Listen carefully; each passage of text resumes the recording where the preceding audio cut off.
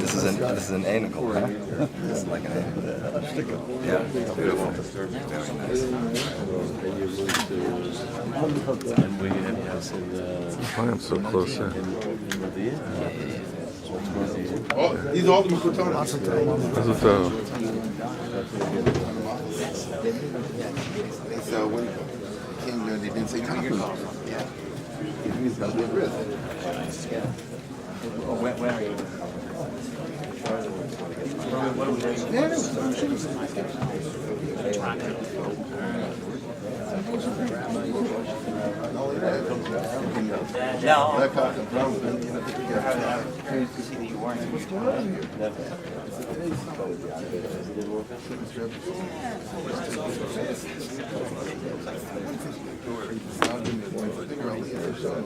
So you guys see now when they came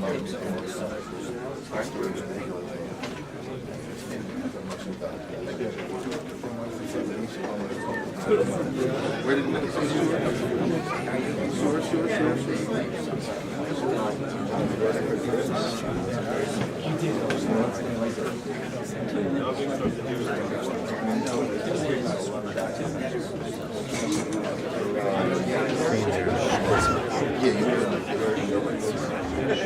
Now you really feel old, no? Remember the days when they wanted to take cameras? It was like, even the amateur ones were clunkers. Wasn't that from long ago? They probably make things even smaller than that.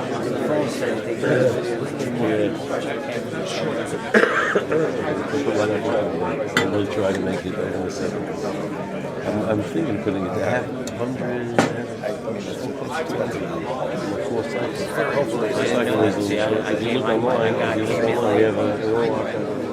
Pater, Baruch haba, Baruch haba, Hani Malach Shmona Ashrei Charus.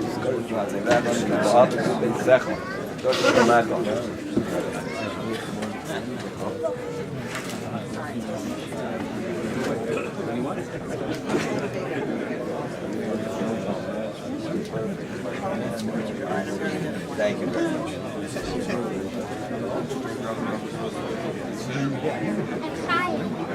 It's not a catering thing. Zalman Gruber, Mechubit, Kisa Shel Eliyahu.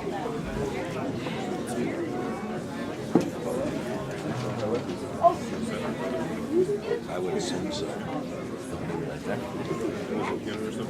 Zaki say Shel Eliyahu Hanavi as a Cholotom Malach Bris She is Galabim have your main with the Shuaskot Kvisi Adonai Sibarti the Shuaskot Adonai Metzosechol Asisi Eliyahu Malach Bris Shel Cholofanecho Amora Yamin Vesam Chain Sibarti the Shuaskot Adonai Sosonochi Al Imra Sechem Motzi Shalom Rav Shalom Rav Haveis or Sechav Einel Shalom Ashrei to Charus Korivish Gon Chatzerecha Nizbabetu Beisecha Do Shekel Lecha Reuven Schnitzer, Mechubin, Miki, Seychel Eliyahu, Yadavi Abed.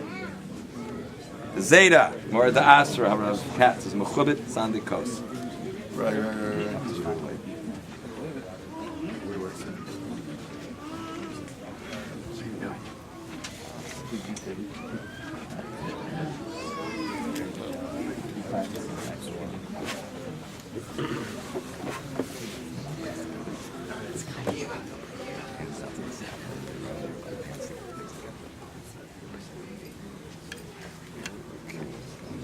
Again?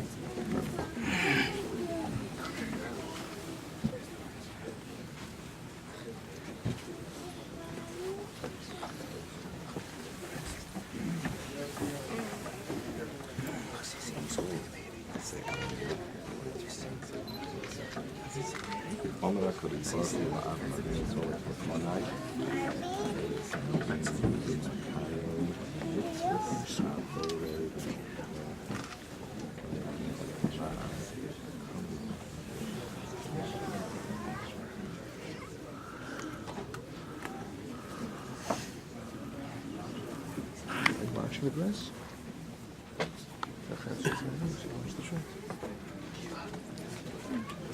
He's gonna get traumatized. This is the smartest setup. Huh?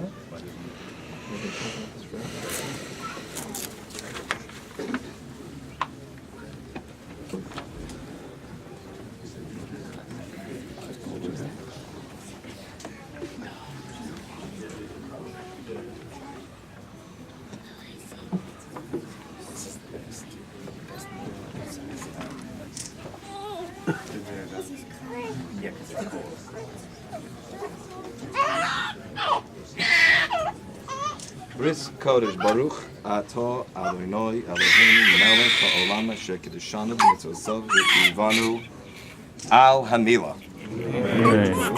Baruch atah Adonai Eloheinu melech haolam asher kiddushanu b'mitzvosav v'tzivanu v'hachniso b'briso shel Avraham Avinu. Thank you. Change the notes of Bris, King Kanes, Osara, Zobal, Amais,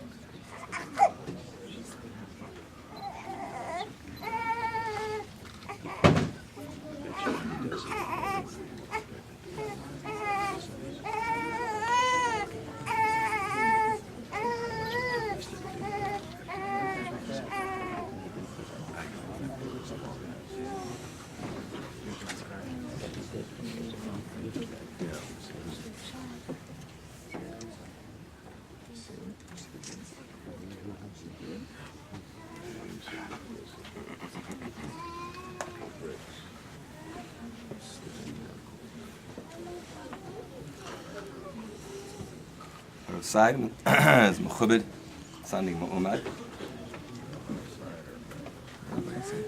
Eisman is Mechubed Brachas.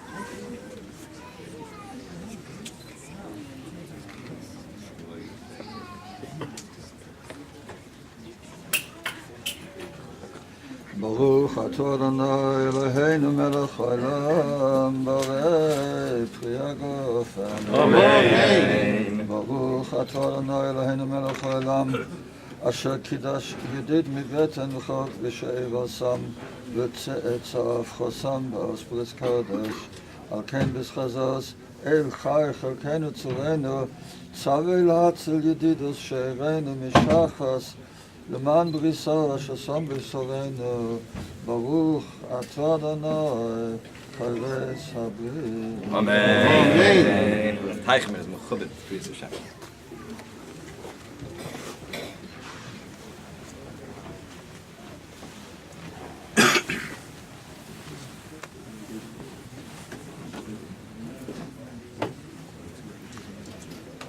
Eloheinu v'yaviseinu kayem seyel lezel yaviv l'imai v'kareish my Yisrael.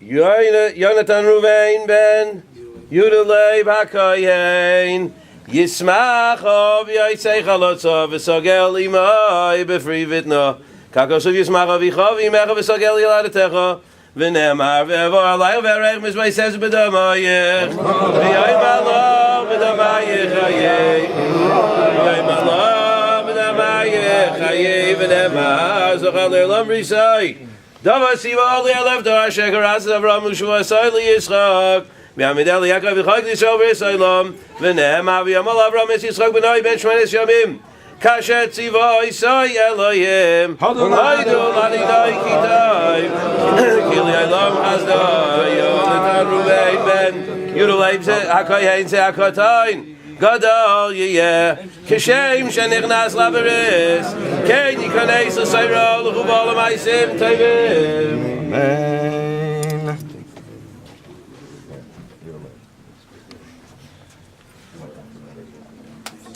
Misha ber Avoseinu Avraham is Yaakov who Yevarech v'Yirabis Rachanemol Yonatan Reuvan ben Rav Yehuda Leib haCohen Bavush Nichlas Bris v'Kol Mavarch Oso Shem shenichnas lebris kein yukanes leTorah ulo chupel maasim tovim v'nei amen. Mazel tov, mazel tov. Back there. Aleinu l'shomea.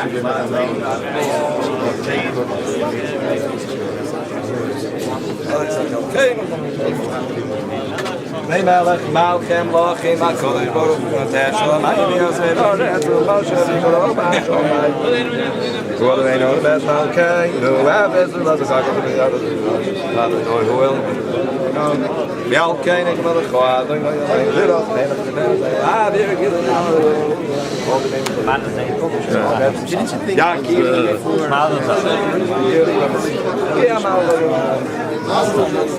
Before getting him a name, you should ask me.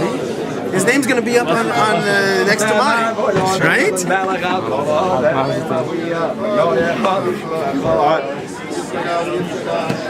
Oh man.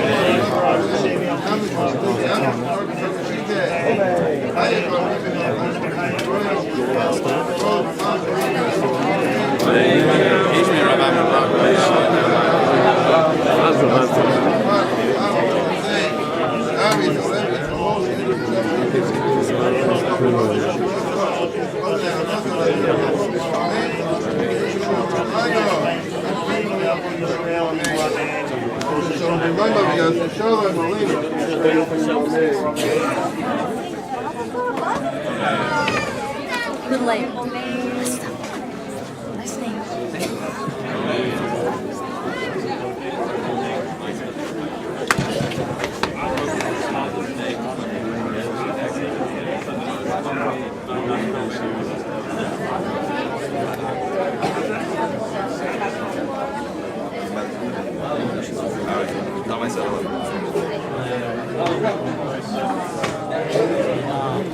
She said it first.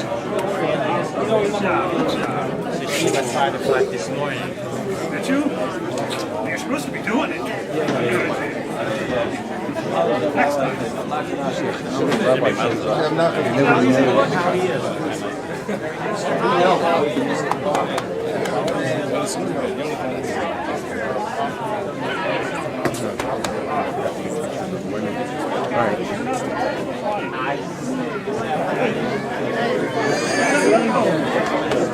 Who are you doing it with? You don't need to reach. Mazel tov. How's that? You don't reach.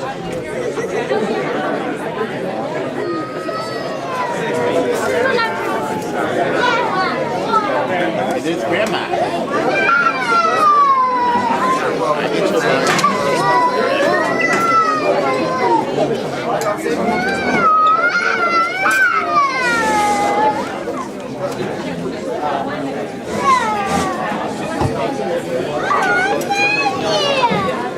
By thanking everybody for coming today. I'd like to start by thanking everybody for coming today.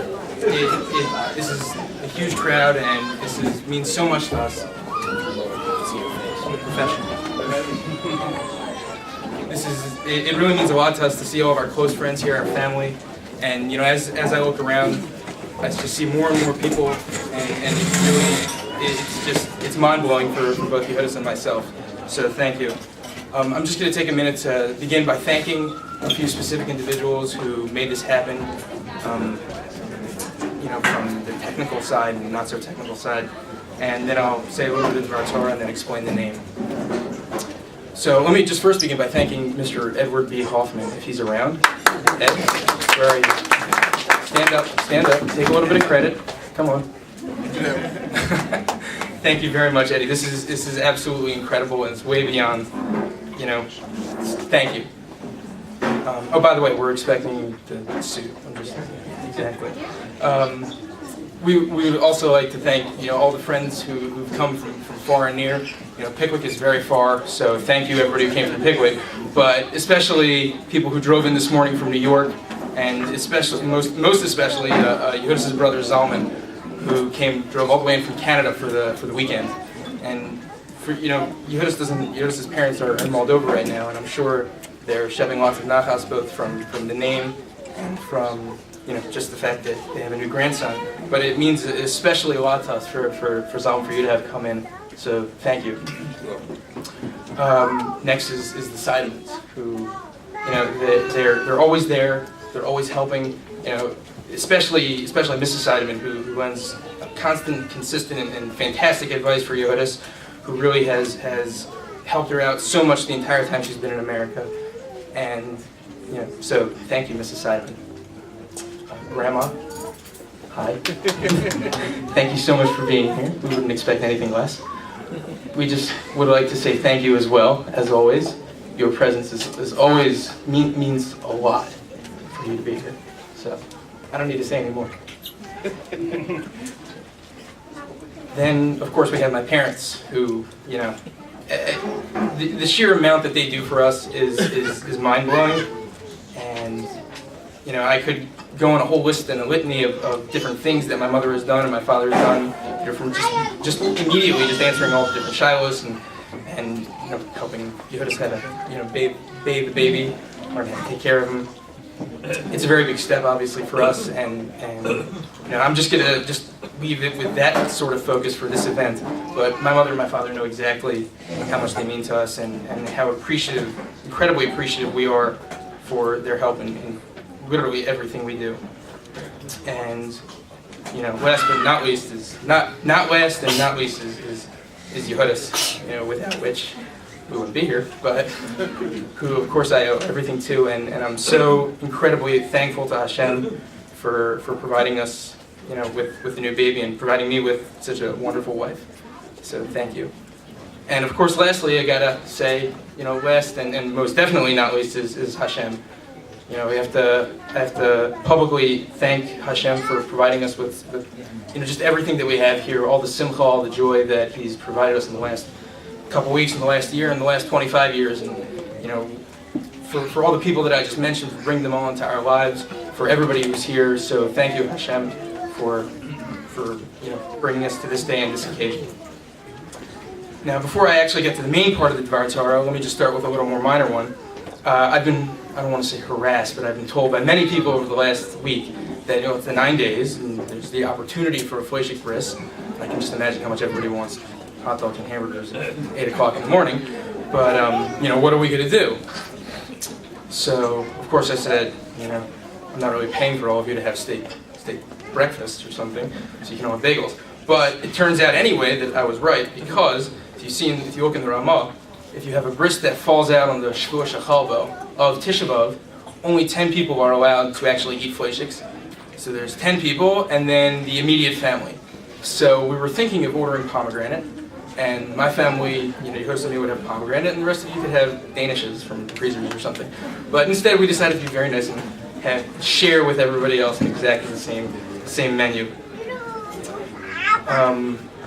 Yesterday's parsha says, Elu advarim asher diber Moshe al kol Yisrael be'ever hayarden b'midbar ba'arav mul suf ben paran u'ben tofel v'lavim v'chatziros v'dai zavav. This pasuk is basically Moshe's criticism of the Bnei Yisrael, and he's bringing up all the different occasions that they, to put it nicely, screwed up in the desert. One of these places was Mul Suf. Rashi understands this reference to the Yam Suf, where the Bnei Yisrael panicked before they got into the Yam Suf, and, you know, the only person who jumped in was Nachshon ben Aminadav, and that's what caused the sea to split.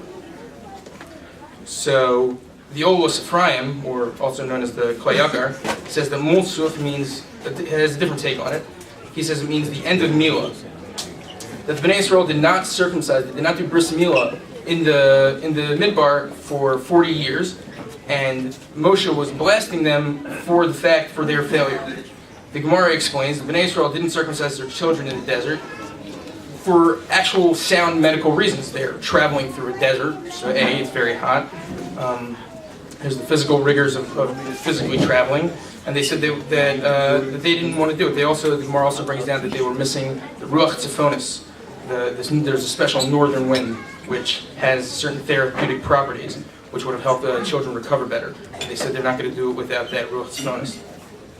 So Bnei Yisrael actually had very sound reasons for failing to circumcise their children, and nonetheless, Moshe still went after them and excoriated them for this. So it turns out, though, that not all the Bnei Yisrael failed to circumcise their children. There's only one Shevet that did so, and that's Shevet Levi. Now, you can ask, why would Shevet Levi do this when everybody else wasn't doing this? And we obviously know this is a little bit of a pattern for Shevet Levi.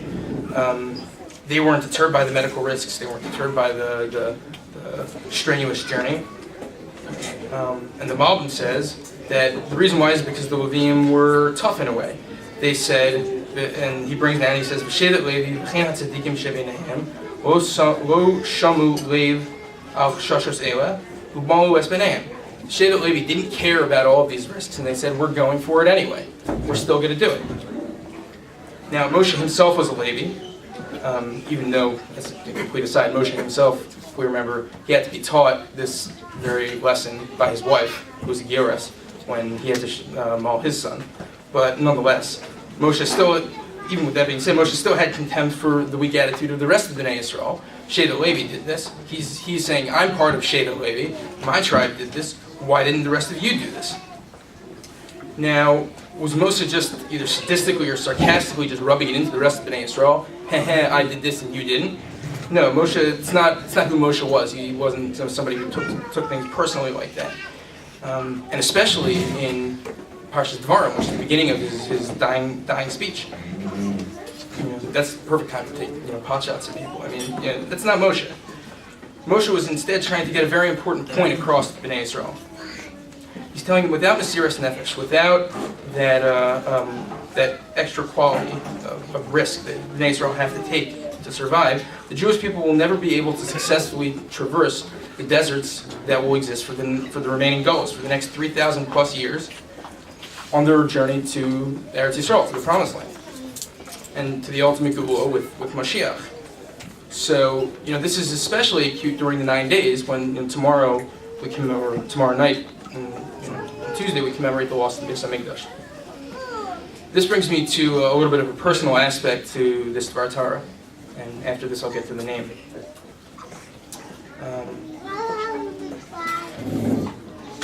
Because of my ancestry, and the fact that I'm a Kohen, for those of you who know me from a young age, I've always felt but there is a certain element to it, which over here really brings itself out. Because the Yisraelim, they took the easy way out, and they failed to circumcise their children during the 40 years in the Midbar.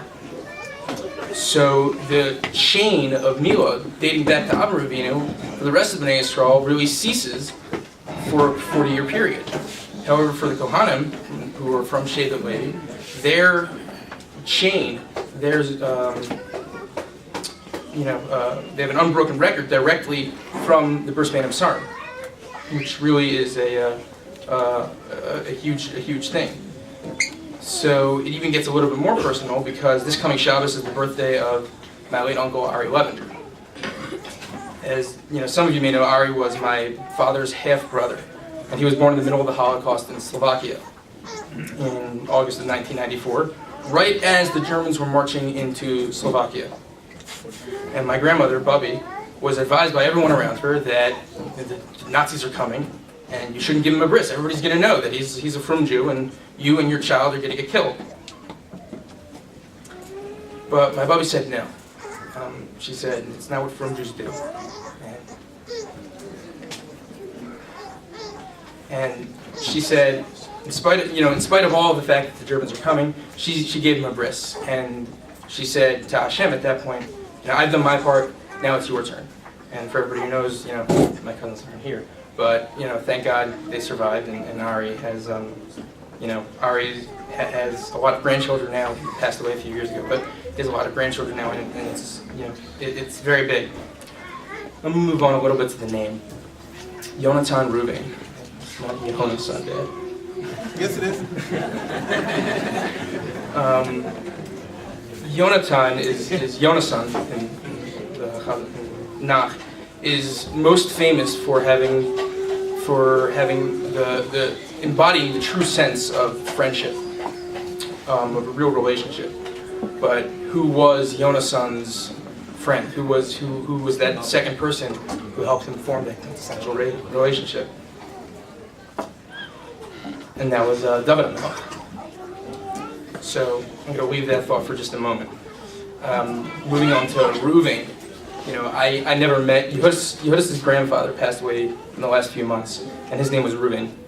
And I never had the opportunity to meet him, but I have learned from our family members, Zalman in specific, that he was an amazing person, and that he had a number of very, very fine qualities, but qualities that every father would want to see in his son. And two of those are diligence and his work ethic. He had an incredibly strong work ethic. He was constantly doing something. He could never cease being in motion, trying to create things. And his second very good characteristic, so to speak, is his creativity, his ingenuity. He was constantly inventing new things. He would look at something and he wouldn't look at it as everybody else would, as an inside the box thing. He would look at it and say, okay, how can I solve this problem from a different angle? My hope is that my son will be able to combine these two character traits in kind of a special way. For me, my relationship with my father is very special to me. Other than the usual father-son relationship that everybody gets to enjoy, I have, as everybody knows, a very big talmid chacham for a father. And growing up, I was able to utilize that and maximize it to the best of my ability, and I still try to as much as I can. From whether it's learning Mishnayos, from Shomrei, do you remember that? I remember that. All the way to trying to figure out Keenum, and then to figuring out the Hilchos Yerusha. Last year. That's in law school. Yeah, in law school. It really means a lot to me. My hope is that our son Yonasan will be able to take my relationship with my father and elevate it to that quintessential relationship between Yonasan and David.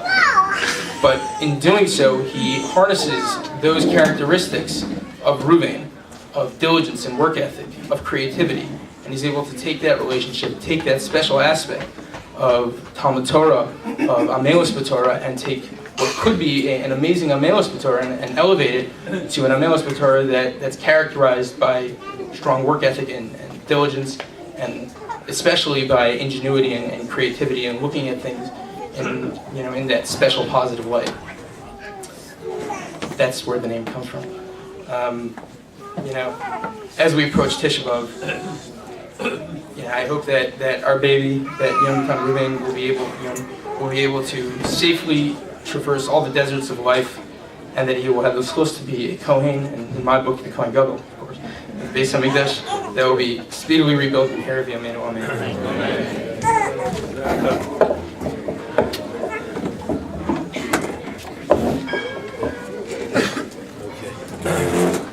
I'd like to thank you, Leib and David, for allowing me to be the first of three speakers, and be first, so I can leave. I have to leave only because I have to give a share, so forgive me. Of course. I always enjoy coming here to the quintessential Litvak, Davening Nusach Svard, the biographer of the paradigm Misnagid, the Noid of Yehuda. And I come here, and not only does he daven Svard, but he davens like, they'd be proud of you in the Chassidish Yeshiva. How about that? And it reminds me of a story. Got to leave Rabbi Katz, got to try to one-up him. A beautiful story, I'm sure he'll appreciate. The story goes that Rabbi Zalman Meltzer was a Matzoi Shabbos that was Tisha B'Av.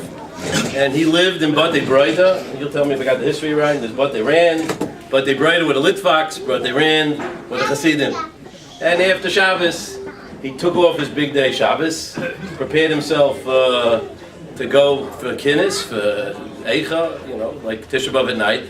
And he was an older man already, and he comes to shul, and he sees that he missed Ma'ariv. They started already.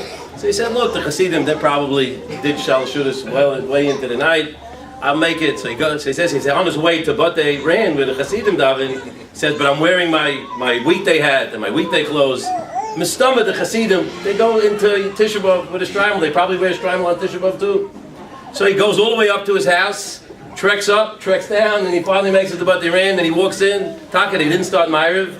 And he comes in, he sees, lo and behold, he's the only one with a shtreimel, and the only one with a bekashan, with a big day Shabbos. So one of the Chassidim there screams out and says, oy vey, He says, "Unser Hasidim darf auslernen, wie zu sein a Chassid von Litwak."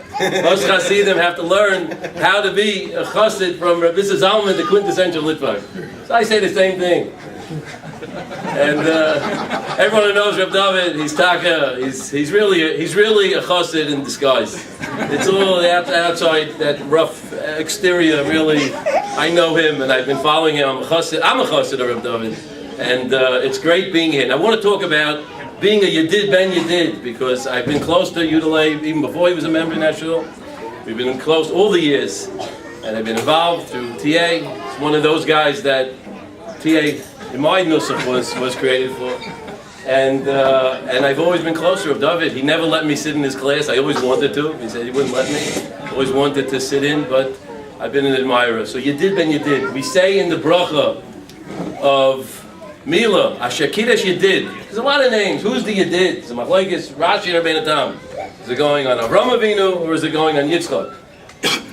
Why? There's a lot of names. He was called an Anak, he was called an Ivri, a lot of good names. Why do we throw in Yedidus into a bris? Asher Kiddush Yedid, friendship. So there's a magnificent Gemara. It's a magnificent Gemara, but really I want to talk about the Medrash has a little bit different take on it. The Gemara says that when HaKadosh Baruch Hu wanted to destroy the Beis HaMikdash, he comes in and he sees Avram Avinu. Mali Yedidi Bebeisi, it's the pasuk in Yirmiyah. And he sees Avram Avinu, and he says, I'm trying to save my people. He says, let's find some chusim. They can't be all that bad. And they go through a whole bunch of things, and Avram Avinu says, it's only a minority. And Hashem says, no, it's the Rabbim. Then finally, Avram Avinu says, it's the Bris Milah. What about the schus of Bris Milah? So the pasuk says, Basa Kaidesh Yavru Alamei Alecha. We call it Bris Kaidesh. It's based on this pasuk. That's the only place where it's referred to as Kaidesh. It says, the Bris Kaidesh, the Basar Kaidesh, Yavim Alecha, they didn't keep it. So Avram Avinu says, 1 second, give them a chance, you'll see. And even in difficult times they do it. Give them a little chance, they'll rise to the challenge. And in the Medrash version, the response is as follows. The next word in the pasuk is, Ra'asaychi Oz Taloizi, which the Medrash explains that it's too late because the Jews have descended to such a level that they rejoice in each other's downfall. They're not happy for each other's successes. They're happy when others fall. And that's why the schus of bris will not work. The shayla is, what does one have to do with the other? How does that come in? And the answer is, we would read that nusach of that bracha and say, Sar Kaidesh, Bris Kaidesh, yeah, it has to do with all, the Shlitas HaTaiva, Shlitas HaYetzer.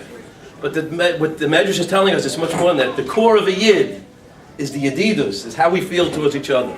The schus of Bris Milah will not work. It's Psar Kaidesh, it's Bris Kaidesh, because we have the midas that we express to one another. And it occurred to me, and this I say to the historian, Reb David, hopefully he'll validate it.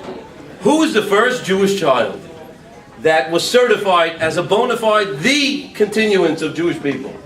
He had Avram, but he had a Yitzchak and a Yishmael. Okay, so the Yitzchak you call it Chazara. But it wasn't that defined yet. There was still a choice between Yaakov and Esau. The first child who had a bris, where it was clear, Tze'atza'ov, and the Medrash says, Tze'atza'ov, Chosam ba'is bris Kaidesh, is Reuven. And what does it say about Reuven? Why was he called Reuven? Ma ben b'ni ben ben chami. What's the difference between me? Look at him and look at Esau. When Esau lost it, look what he did. He wanted to kill Yaakov. When Reuven lost it, he gave it with a tremendous amount of ava. Yedid ben Yedid. Asher Kiddush Yedid mi better. That's what it's all about. You couldn't have said it better, Yudalei. And you and Yehudis expressed that, and your family, both families, the Yedidus. That's what it's all about. We're Erev Tisha B'Av already. And Klal Yisrael will get that message. Then we'll have a Bris Kaidesh. Then we'll be Zeicha that HaKadosh Baruch Hu, the Schus, all the good things that this magnificent family does, and you'll continue in the tradition. Such a beautiful sentiment to call a child Yonasan, or Yonasan. You're already fighting. Look at that. You're fighting. They talk about friendship, and you're fighting about it from the giving it a name. But we know the truth. We know the love that exists in the Yedidus. A son should refer to his father as a Yedid. It's magnificent. It's magnificent. It's a chiddush in today's times. And it's not just an indication of their relationship, but the way it goes out forward, it goes outward from this mishpacha. May the Yedidus continue. May that Yedidus, may Avram Avinu, the great Yedid, intercede on behalf of Klal Yisrael on the schus of all the Milas Taivas that in this family, and Mitzvah Hashem, Yonasan, whatever you want to call him, Yoni Reuvan, Mitzvah Hashem, she megadol him, l'torah, l'chupamais, from Taivim, ze hakotten, gadol yeh, taka should be a kain gadol. We should look forward to sharing many simchas.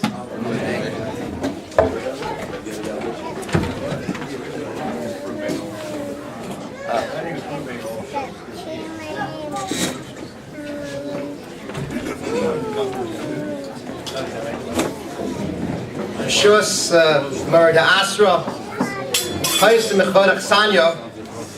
in the past, ordinarily when I've been in this room, so it's when Rabbi Katz has the opportunity, fortune to be one of the rotating hosts for the Vada Rabbanan meetings, and it is a very welcoming room and a very welcoming shul building, but to see it when it's in operation, to come here for a Shachris, it's a reminder that really the beauty of every shul, and certainly that's true over here, is not the edifice, but the people that make it up.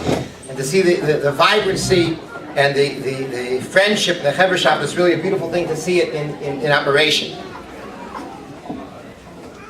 Yehuda Leib mentioned that because of the fact that we're in Shvu Shechalba, that there would have really been a placed a limitation on what type of Fleischach Bris could have been made.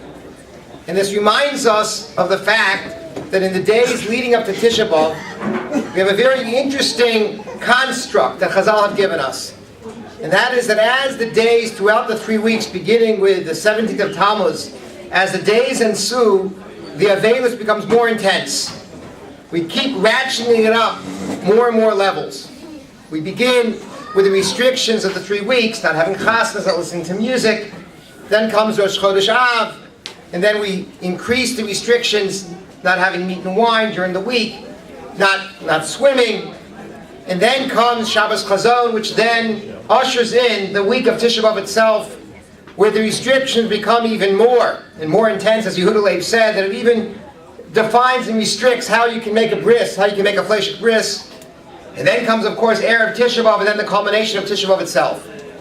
And it's very interesting, if we ponder this for a moment, this is the exact opposite of the normal halachas of Avelis. The normal halachas of Avelis, when a person Lo'aleinu loses a loved one, go from more intensity to less intensity. There's the Aninus, there's the first day which has a level of the Rais of the Avelis. The first 3 days of Shiva Lo'aleinu are more strict than the last 4 days. The rest of the Shloshim has less restrictions than the Shiva. The rest of Yud Beis Chodesh has even less restrictions than the Shloshim. We see that it goes in a descending order of intensity.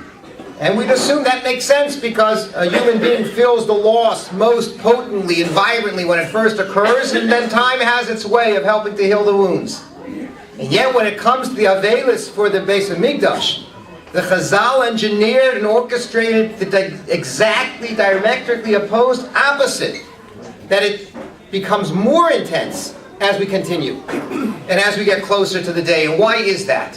Why did they do it in that way? And perhaps we can understand it in the following way.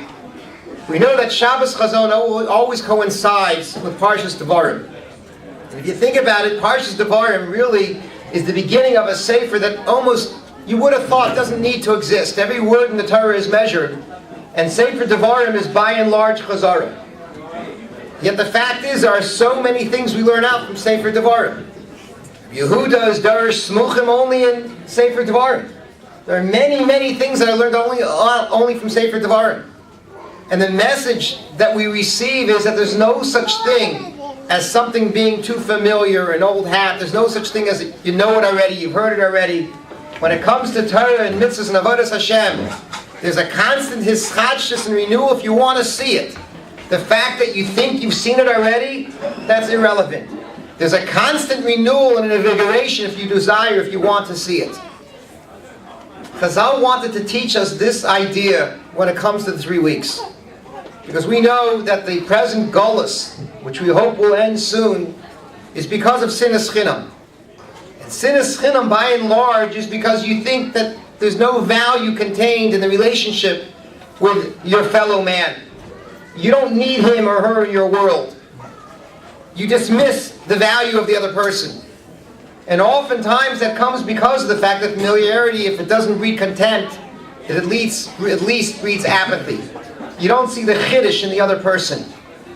And Chazal wanted us to understand, always see the chiddush in the other person, always see the newness and the freshness and the excitement and the invigoration in the other person. And that's what you learn from Sefer Devarim. And that's what counters sinas chinam. And therefore Chazal wanted us to experience this exercise of what it is to become familiar with something and not let it become something which bores you, but something that becomes more intense. And therefore the avelis of the 3 weeks, Chazal want you to have this laboratory and this test bed where the more you're involved in it, the more fresh and the more vibrant it becomes. And as you pass every step and every threshold, you increase your relationship to the avelis of the Beis HaMikdash. Experience what it means not to become bored by something, but reinvigorated with something. And that's the connection with Sefer Devarim, and that's the counteraction to sinas chinam, and that's why Chazal Dafka wanted that it should constantly increase as you're experiencing the avod of the 3 weeks. We heard earlier the words which Klal Yisrael has said for generations, that Kashem shenichnas lebris ken yakonis haTorah l'chupul l'maisim tovim. And one aspect of this is that a bris is something which is obviously a once-in-a-lifetime event. And for me, Rabbi Teichen was talking about mixing Hasidim with Litvaks. So as I stand there at this bris, I'm mixing a little bit of tears, which is a big chiddush for a yeki. So maybe it's the influence of being inside this shul. But I couldn't help thinking that here you have a baby, and one of the names is named for a grandfather, and a baby which is really a hemshech, a continuity, one side which comes from the former Soviet Union. And here we walk in, we do a bris, and there's details, so Yehuda Leib has to worry about his phone call to Ed, and Ed does all the rest. But in normal circumstances, there'd be a little bit more arrangements that would have to go on. But you arrange the time, you arrange the place, you call the moil. But there's no hiding. There's no figuring out how we're going to do it. What if we get caught? And how many generations preceding this baby, this Yonasan Reuvan or Yonatan Reuvan, how many of his forebears, every single time, and as Yehuda Leib referenced from his side, how many times that a bris had to be done in secret and in fear and in not knowing, what will this baby's baby be able to have a bris? And here we just do it, and it's so easy. And therefore tears come to the eyes of this old Kermunji Yeka as I ponder this. So bris is a once-in-a-lifetime event, an emotionally impactful event. But the bracha that we give to this baby is just as this bris means so much to this family as it should to every family. There's an excitement, there's a vibrancy, there's a sense of hischadshus. Every bit of Torah that this child will learn and every mitzvah shall be with the same fire, the same vibrancy, the same engagement, the same invigoration, the same tefillah that's said day in and day out, the same tefillah which the child, Yes Hashem, 13 years hence will put on day in and day out. It will be with the same excitement as the bris, the same invigoration, the same freshness, the same recognition that there's no such thing as something becoming tried and true, an old hat and familiar. The familiarity is not going to breed contempt, but excitement. An excitement born of parents who transmit what they've seen from the generations which came before them. A sense of Mesiras Nefesh and fire and invigoration in the Avodas Hashem. And so the bracha that we give to this little cute baby, very cute baby, with more hair than I ever had in my life, is that this excitement, this Mesiras Nefesh, and this commitment, which we know is mamish, the possession and the hallmark of the parents of Yehuda Leib and Yehudis, that so too he will grow in the same way that everyone will see his life and know instantly, we see his fire, we see his enthusiasm, we see his spirit.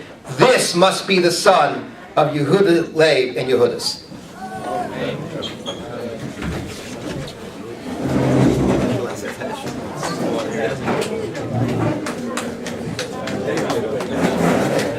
We'll do the last one and then we'll bench.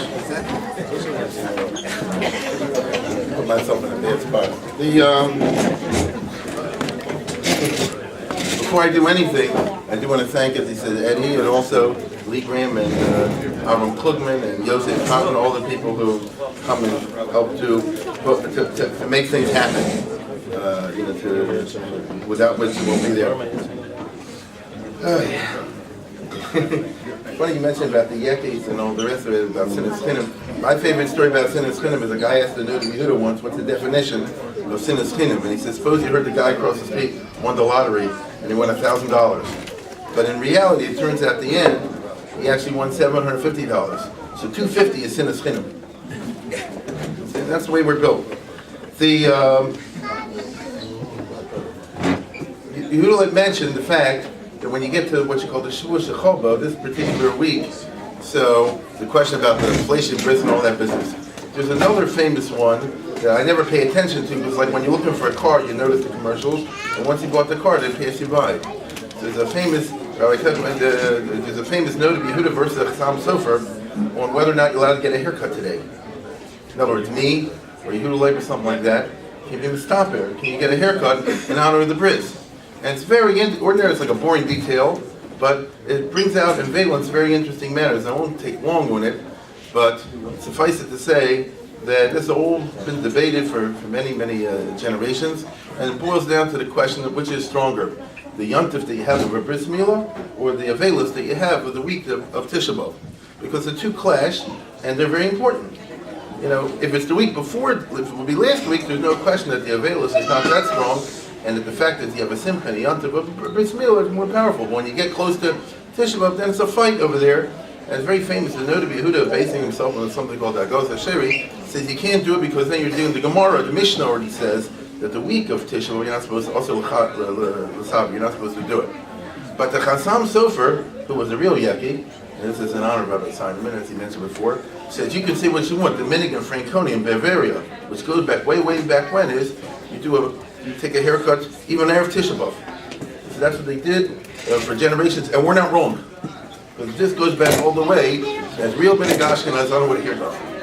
Okay? And so he has a long teshuva over here, and very brilliant. The time prevents me from going into it in detail, defending, as he says, the Minhag of Franconia, which is old, and you definitely do it. And basically, it has to do with the idea, you have no idea of how important a yontif, this is the argument, of a bris meal is, and there's a famous old idea that when you have a bris, it's like offering a carbon or makter ketoris, actually. There was a whole debate in the 1700s where you have the father or somebody be the sandik twice or three times, because they say in the base of Mikdash, whoever got to do the ketoris, and that's the, mixing together the spices and offering it on the altar, if whoever does that gets rich, and therefore you want to share the wealth. Like I said before, it's bad enough when somebody wins the lottery. But darn it, if they win twice, I really want to kill them, right? So, and then it really drives you crazy. So that was the idea over there, that they should share, so to speak, share the wealth. There was whole debates about this back and forth, and basically when you do a carbon, when you do a bris, it's a kind of a carbon because you're cutting the baby. Understand? And throughout Jewish history, this has, thank God now not so much, thank God, but it was a risky procedure. And the old, actually, Shalom Zachar thing, because of fear of the medical for the baby. You understand? And there's midrashim going back thousands of years ago, which say that God says, if I bless a person who brings an animal, then I should definitely do someone who's willing to risk the child. And now Yehuda know exactly what I'm talking about. They went through it. And so the power of the bris milah is extremely important, so much so that the Chassam Sofer says that the old custom in Germany was, it's not even a question that this trumps Erev Tisha B'Av or anything like that. It's extreme. That's the case he builds over there. And he also says a very interesting point. People do a bris and they don't get rich. And then he says, look, how do you define rich? And again, that's called as a food for thought. There's a bracha you get, and then how it plays out. For example, many know the Gemara. It says, suppose the city was good in Rosh Hashanah and then turned bad later on. But God promised them Rosh Hashanah to get a lot of rain, and then they turned bad. He says, I'll do like Baltimore. I'll give you 4 days straight of rain, and ruin the air conditioning and ruin everything, and make a flood. On the other hand, you could also have a situation where a city was bad in Rosh Hashanah and turned out to be good. And so he promised a little bit of rain. What he'll do is he'll make it rain only in a few places where you really need, only in the grass and not in your house, so to speak. And it'll happen, let's say, between 1 in the morning and 4 in the morning, so by the time you wake up, everything will be good. And even that small amount, like in Israel, they have this drip agriculture. You know, so there's a bracha and a kol, and then there's the way it actually plays out. And the bris has to do with the idea that you hope that whatever is going to be given to you should be played out, in other words, in the right way. And since it's just before Tisha B'Av, I'd only make the point that it's very famous, I'm sure many have heard this, that if you're born under a certain star, like Madim, you know, the Raleigh star, should become and you have predisposition to shed blood, so a person should become a shaykhid or a moil. Okay? The Chassam says one or the other, not both. He says a shaykhid or a moil. And that's what he thinks, really. And, or a thief. Okay? Yeah. Hopefully the three are not simultaneous. You know? I've known a few in my time. Anyway, the point is that it was predestined that there should be some kind of bloodshed, but that's how you play, how do you express it? Tisha B'Av is all about the fact that the Jewish people are always condemned throughout our history to be connected with Shvichas Damim. That's just who we are. It's not the picture I would have chosen, but it's the one that God chose. Or have you not heard of Tisha B'Av? You know? And that's a powerful idea. And every generation of people are connected with the idea. We are, as a nation, have to have bloodshed. But how do you do it? It can be bloodshed, it can be bloodshed. Every bris involves Shvichas Damim. There are many stories in the Gemara where a lady cursed a guy and he said, I hope your chair gets upside down. And he went on purpose and turned it upside down, said that the curse, so to speak, will be fulfilled in a harmless way. All the way back to Avram Avinu's time, the idea of a bris, of the shedding of the blood of a child, has always been connected with the notion that with this you duck a bigger bullet. And he mentioned before, my brother, my mother, and he was one of the very few children that survived the war in that part of the country, even though he had a bris. But obviously it was meant that there should be bloodshed, but he expressed the bloodshed in that way. I'm not God, I don't know the world, I don't know exactly how it all works, but I'm not stupid either. And we know also that the Ramban had a famous debate back in the 1200s with this Christian guy, and the guy said, what do you do? Do you agree it's over Christianity versus Judaism? He said, just answer yes or no. Do you believe the Messiah has already come or not? And he said, well, no, the Messiah has not come. That's the Jewish position. Well, it says, doesn't it say, and it does, doesn't it say that on the day of Tisha B'Av the Mashiach was born? There's a medrash like that, a medrash Eichel, that a Jew was doing something with a cow, and a guy passed by, an Arab, and he heard the cow. He said, the temple destroyed, and then the cow moved twice, and then he said, the Mashiach is born. So do you agree that the Messiah has been born? And the Ramban said, well, I got to explain. They said, just answer yes or no. You know, like a lawyer in the court. Do you only hit your wife on Tuesday and Wednesday? Just answer yes or no. You understand? And he said, well, then no. He said, but you just said that the Messiah was born. And he said, well, just said he was born. He didn't come yet. He only come when if you want to play that game. If you want to know what it really means, I'll say what it really means. But if you want to know what you play your game, I'll do it your way. And the king says, so what do you think it means? It means hope is born in the midst of destruction. That the Mashiach is born in Tisha B'Av, hope is born in the midst of destruction. So we don't give up, but we look forward, even in the worst times, to the ultimate redemption. And that's a Jewish idea. It's a woman's thing, by Meryl. I spoke about it last night. It's an old custom among women, which the halachic authorities have never approved of, but it's done for 1,500 years, which you set the table and clean the house in the afternoon of Tisha B'Av. And that's the idea of the Mashiach coming down. And all this has to do with the idea that you look for the tikva, the hope, in the midst of all the blackness. And that's what a bris that's being done on just about Erev Tisha B'Av, I think, is all about. It symbolizes, not only for us and our family, to very have it, but I hope for everyone, the notion that the Shvichas Damim is done through the Bris Milah, that the survival of Jews is assured, that even when things look bad, and the world always looks bad, or maybe you don't read the papers, but the world always looks bad for the Jews now. It doesn't look to me like the countries are getting less anti-Semitic. The way I read it, it looks to me around the world that they're getting more anti-Semitic. So where's it going? And the answer is, wherever it's going, Mashiach was born in the midst of destruction. So I leave with that note. Yonasan was the son of Shaul, but Yonasan was also Moshe Rabbeinu. If you don't want to give the Torah, that's what you say. You'll remember on Shavuos, on the second day, what's it, Yitziv Piskal, but also something like that. And then at the end, the Yonasan Gvarim V'son B'chein Le'an Abedin. Yonasan means the one that God gave the Torah to, not only one that God gave. I hope that this will be a baby that not only God gave Yehuda Leib Yunus, but one that God will give the Torah to. And they should be a source of knowledge for all of us. Mazel tov. No offense.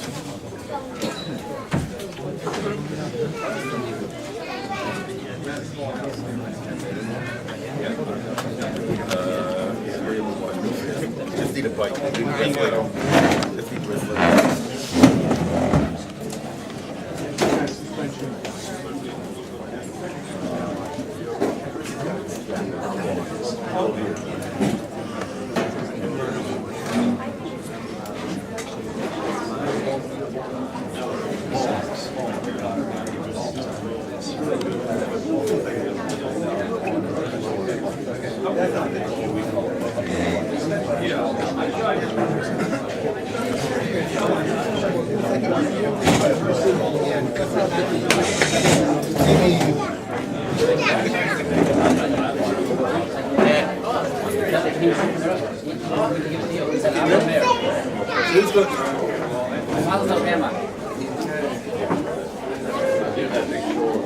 What?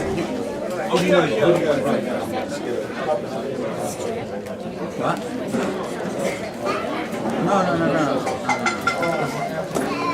Dr. Hammond, you only have salt. You'll bench? You don't want that?